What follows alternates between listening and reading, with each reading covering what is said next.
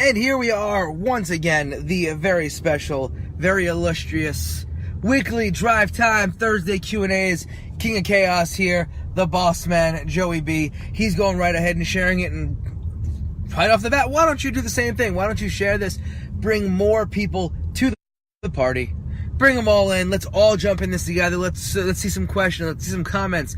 We're going to try and have a very, very interactive show today. We actually have a discussion topic, boss man. What do we have? We actually have a discussion topic. Compliments of a good friend of mine known as Kobold. You might know him from Chikara. He had asked a question yesterday to me, a hypothetical one, and I go, damn it. We got to run with this because it is a great question that I think we can spend quite a bit of time on defining, kind of putting together. So again, we're glad that all you guys are hopping on in. So let's hop right to it. Joey the Boss Man. Kobold positioned the question of, was there any wrestler in the history of professional wrestling? Joe's going to honk at people as we're going through things. Is there any wrestler in the history of professional wrestling that embodied what a professional wrestler, just when you say the word pro wrestler, you think of a pro wrestler, embodied that more than the Macho Man Randy Savage? I think, well, that is an excellent question. Yes. Who do you think embodies it A more? professional wrestler? Yeah. I'm not saying Macho Man didn't, but Stan Hansen is definitely a guy. Bruiser Brody's another guy. Really? Yeah. Embodied. When I think pro wrestler, I think of fucking Hansen and Brody. Guys that will kick your fucking ass, yeah. But that's a guy who kicks your fucking ass. Pro wrestler. The pageantry, the fucking tassels, the fucking sunglasses, the ridiculousness of the promos. Ric Flair might be another one as well. However, Ric Flair wasn't always... Literally, anytime you ever saw Macho Man, he had fucking tassels. He was always super fucking larger than life. So was Ric Flair. Certainly, but you'd see Ric Flair fucking chilling out in a fucking suit, and he could just be a really fucking eccentric rich fella. You've seen Macho Man wearing some clothes I would never wear. Them tights with the boots. That's the point. Shit. That's the point. Is that guy was always... Like I said, I'm not saying you wouldn't put him in that, but in that category, there's other guys. That Flair, like I said.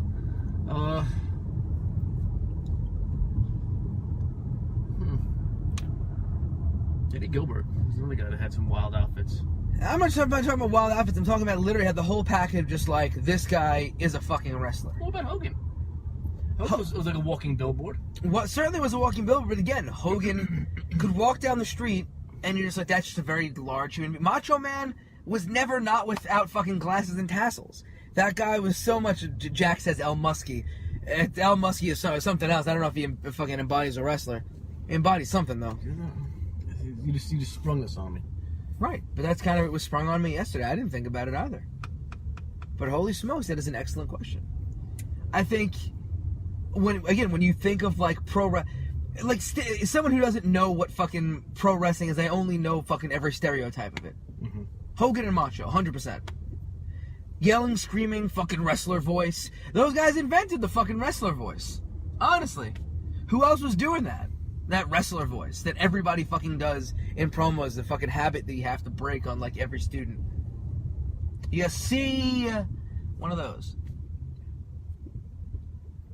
I think Hansen and Brody are 100% larger than life characters. Well, but when you said with the question, I'm thinking somebody you look at like remember Bugs Bunny, the cartoon, they were the wrestler. You would think of like just a strong man. Yeah. Stan Hansen and Bruiser Brody, two gigantic guys that look like Oh, certainly, but again, all that shit from the Bugs Bunny thing in terms of like what you're seeing, I guess, is like not necessarily character, but more of just like, I'm gonna yell and scream super fast, and that's Hogan and Macho. That is like everything. Those guys set the template, I think, of what everybody believes as a wrestler. The fucking pageantry, the colors, all that fucking shit. I mean, say what you want. Someone brought up Michael P.S. Hayes, and yeah, Michael Hayes 100% like was a trailblazer in terms of being like a wacky... I say Michael Hayes is more of like a rock celebrity type. Yeah, I could see that. That makes sense to me. He don't look like a wrestler. He doesn't look like a wrestler. Yeah, he certainly looks like somebody that, be playing in a fucking southern rock band. Ooh! I didn't say hair metal, so Yeah! I gotta think. I really, Juba doesn't like this question. Color me surprised. Flair's got to be another guy up there. I certainly think Flair is a good argument to this question, or rather a good argument to Macho being the answer. Flair certainly hits all the fucking, everything on there. A consummate wrestler, looked like a wrestler, looked like a larger-than-life character at all times, carried himself like a wrestler. Certainly fucking trailblaze in terms of, like, again, that promo. And I used to have people tell me I look like a wrestler. Do I qualify? Exactly. I don't know so much, Tim. I think you look like an interesting individual. It's literally anyone who made money. How can you not say Taker? Because Taker looked like a dead man. Because he was a dead man. Name me anything in terms of, like, when you know what? When Triple H was wrestling, not now. I think he was a guy that went out and you could say he was a wrestler. I'm not saying say he's, because there's a lot of people you could say that about. Like, embodied the term pro wrestler. Yeah, look at the way he looks, the way he studied wrestling. Yeah, he's a gigantic guy. I could see why you would. The leather jacket, the jean jacket, all that. I get it. I think Macho was like. Again, when you talk to people who, like, literally don't know any pro wrestling outside of, like, literally every bad wrestling stereotype, Macho Man completely fucking fits all of that. Fucking goofy voice, goofy fucking clothing. Triple H didn't talk with a fucking voice like that? Tonight, Okay, then. Yeah, I guess so, but I mean, Triple H didn't he looked like... But what about the Ultimate Warrior? You walk down the street and you see this guy, you know damn well, and look at he ran in the 80s with the big hairdo, the big fucking thing, he's a big guy. The way he talked, I certainly think he... Larger than life fucking persona. I think he falls into that, 100%. However, Macho Man never left his house without glasses and tassels.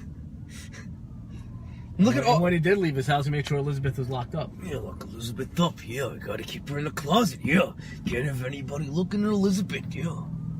Did you see? I sent you that video of the guy who does the fucking best Macho Man imitation, where he's talking to Macho Man and Hogan having a discussion about racism.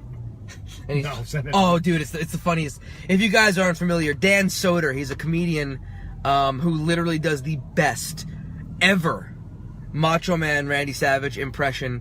It is dead on, and God, honestly, he's a comic, so like everything he does is just fucking go at all times. He could fucking improv off the bat. He did another one where Macho Man's a member of Al Qaeda. Send me this. He's the fucking absolute best. He's on Sam Roberts' podcast quite often. If you guys are good, yeah. Jay Lethal does do a very good Macho Man. Honestly, I think Dan Soder does the voice better, but Lethal has the motions and everything down. Lethal is just a fucking master of impersonating other people. Flair, because his flair was fucking dead on too. I thought his flair was better than the Savage one. I think, you know what it is? I don't know, because his flair, I think there's so much more to do with flair. What the fuck is all this traffic tonight, man? Probably the accident this ambulance is trying to get to. Christ. That would make sense. You know, you've got an ambulance blazing through. You would think that you might say, there's maybe an accident. Maybe. But, you know, we don't keep the boss man around for his brains. Yeah. Anyway, I'll have to send that to you a little bit later on. I continue. So I think that, again, to me, I think Macho Man is a guy who certainly embraces or fits everything when you think of a professional. What about superstar Billy Graham? I think Billy Graham is kind of forgotten at this point. But he was still around at one point. He was, but he's forgotten. It's because he was so long with Scott Steiner. It's not even that it was so long ago. He was also at a fucking point in wrestling when wrestling was not at its peak. Scott Steiner? Macho Man hit 2 wrestling peaks. He was there during fucking Rockin' Wrestling, or towards the end of Rockin' Wrestling, and he was there during the Attitude Era. What about Scott Steiner? Nah, not at all. I don't think Scott Steiner does Billy Graham as well as Billy Graham does it. Hogan did Billy Graham better than Billy Graham. But Steiner does not. Ventura, but, I mean, Ventura was... I mean, Billy Graham bit from Ventura. No, all the way around. Was it really? Right. Yeah, You're right. Ventura came afterwards. Someone says Kevin Sullivan. I think that's Who the fuck wrote that? Scott Zariti. Yeah, Kevin Sullivan was about your fucking height. Have you guys, speaking of which, let's talk about Kevin Sullivan for a moment.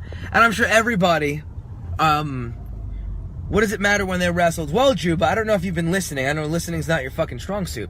But, the reason that Macho Man is so well known and is so again, he lived through the two biggest peaks in wrestling in modern times. Fucking Ventura didn't live through that. Ventura really didn't wrestle much. Alright, but if I bring up Jesse Ventura to anyone on the street, they're not gonna go, oh, the wrestler. They're gonna go, the governor.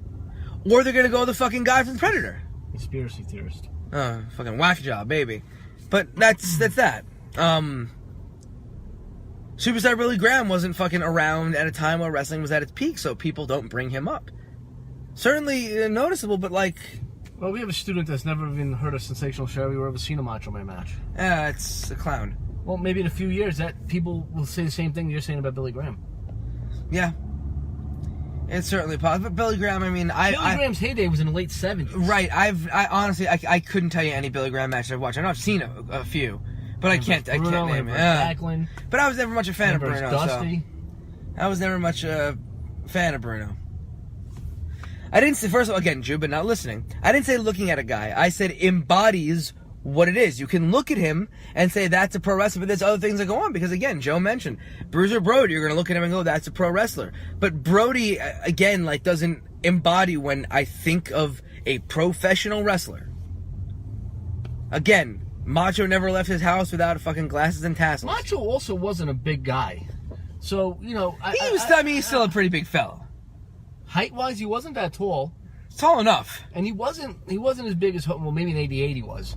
Or 89. But he really, for the most part, he wasn't. He, like, deflated at one point. A little bit. I was getting off the stuff. Went back on it in the fucking late 90s. Fucking blew way up. I had fucking arms the size of tree trunks. So let's talk about Kevin Sullivan for a moment. Joe, I don't know if you've seen the clip. It's been circulating this week. It went viral. It's a Kevin Sullivan match. Well, it's a match. It's the Four Horsemen against Dungeon of Doom. And the start of the match is Kevin Sullivan and your pal Mongo McMichael. Mm-hmm. And they start a sequence in the ring that you couldn't fucking put it together any better in terms of how to fucking completely shit the bed. Kevin Sullivan, he's not bad. Oh, Sullivan's not bad at all. Mongo, Mongo is not good at all. Kevin Sullivan not bad? Not good. But Sullivan did not look competent here either. What was the purple haze there?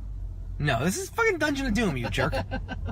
Sure, the Booty Man, people don't know Zodiac. who the fuck the purple haze is. I know Juba has no fucking clue what I'm talking about. I don't know. Juba knows a lot more about the old stuff than you think. Mm-hmm. Yeah, watching this was fucking insane for me. Because, again, the caption of it, as I saw it, was, oh, these young kids don't know how to call it in the ring. And it's just, obviously, they're showing that shit, where these guys are just, going, and it's absolutely shit the bed. Can't do a fucking Irish whip correctly. Does this sound like a Nitro? Or just yeah, it's from Nitro. Yeah. Mongo can't walk and breathe at the same time. Who said that?